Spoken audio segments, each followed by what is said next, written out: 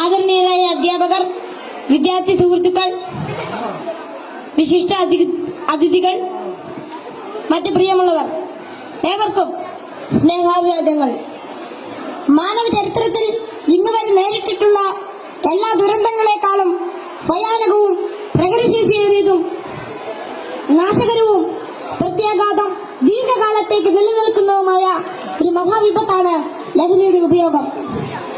ഓരോ കുട്ടിയുടെയും ജീവിതത്തിലേക്ക് ഹരമായും ഉന്മാദമായും ഉറ്റ ചങ്ങാതിയായും മൃദുവാസത്തോടെ പടികയറി വരുന്ന ലഹരി മരുന്ന് ഏതു വിധേനയായാലും ഒരു പ്രാവശ്യം ഉപയോഗിച്ചാൽ പിന്നെ അതിന്റെ തോഴനും പിന്നീട് സന്തത സഹചാരിയായും അധികം വൈകാതെ അടിമയുമാക്കി മാറ്റുന്ന മാന്ത്രിക ശക്തിയാണ് മയക്കുമരുന്നിനുള്ളത്.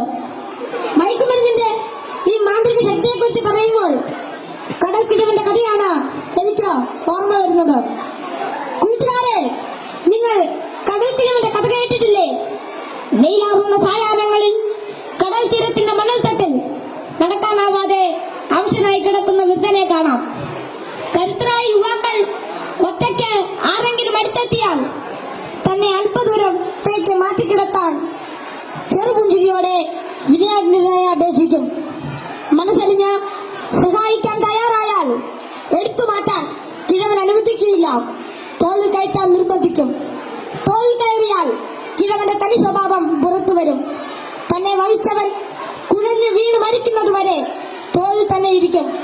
നന്നേ ഭാരമുള്ള കിഴവനെ ചുമന്ന യുവാവ് മരിച്ചു എന്ന് ബോധ്യമായാൽ ഇറങ്ങി അല്പമകലെ മാറിക്കിടക്കും, അടുത്ത ഇരയെയും കാത്ത്.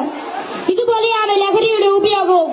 ഒരു പ്രാവശ്യം രുചിച്ചു നോക്കിയാൽ പിന്നെ രക്ഷപ്പെടൽ അസാധ്യം എന്നല്ല, എന്നാലും വലിയ പ്രയാസം തന്നെ. മയക്കുമരുന്ന് ഉപയോഗിച്ചു തുടങ്ങാൻ പ്രേരകമാകുന്ന ഘടകങ്ങൾ പലർക്കും പലതാണെങ്കിലും പരിണിതഫലം എല്ലാവരിലും ഏതാണ്ട് ഒന്ന് തന്നെയാണെന്ന് പറയാം. ഉപയോഗിച്ച് തുടങ്ങുമ്പോഴുള്ള രസവും കൗതുകവുമെല്ലാം മാനസിക സംഘർഷങ്ങൾക്കും ശാരീരിക പ്രശ്നങ്ങൾക്കും വഴിമാറും.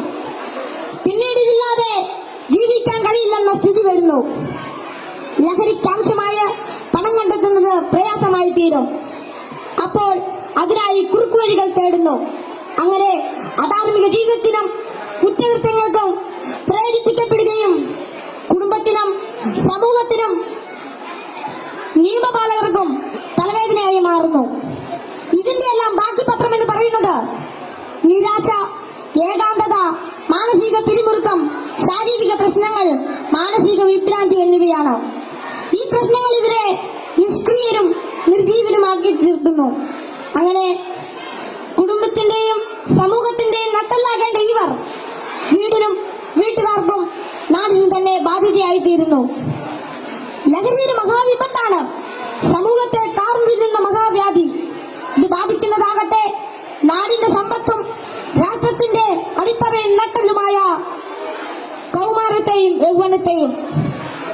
കുപ്പിയിൽ നിന്ന് തുറന്നുവിട്ട ഭൂതം പോലെ നമ്മെ ഒന്നോടെ വിഴുങ്ങുവാൻ വായ് പിളർ നല്ലറിയാത്തടുക്കുന്ന ഈ ദുർഭൂതത്തെ നമുക്ക് ഒറ്റക്കെട്ടായി നേരിടാം. ലഹരി എന്ന മഹാവിപത്തിനെതിരെ സന്ധിയില്ലാ സമരത്തിനായി നമുക്ക് അണിചേരാം. മയക്കുമരുന്നിന്റെ ഉപയോഗത്തിനും വിതരണത്തിനും വ്യാപനത്തിനുമെതിരെ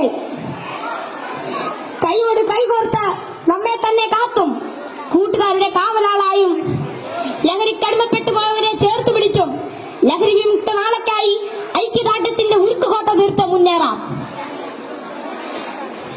ഉറച്ച തീരുമാനവും വ്യക്തമായ കർമ്മപദ്ധതികളും കൃത്യമായ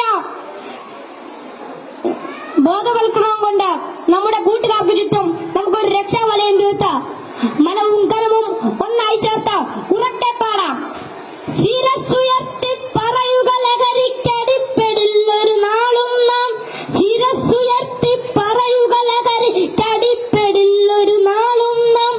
വരം കണക്കെ കിട്ടിയ ജീവിതം എറിഞ്ഞുടയ്ക്കുകയില്ല നാം.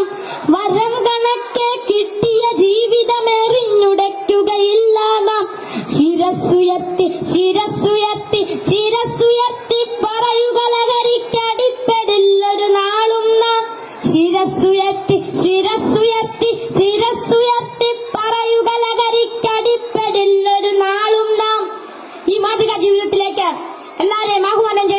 നിർത്തുന്നു. നന്ദി, നമസ്കാരം.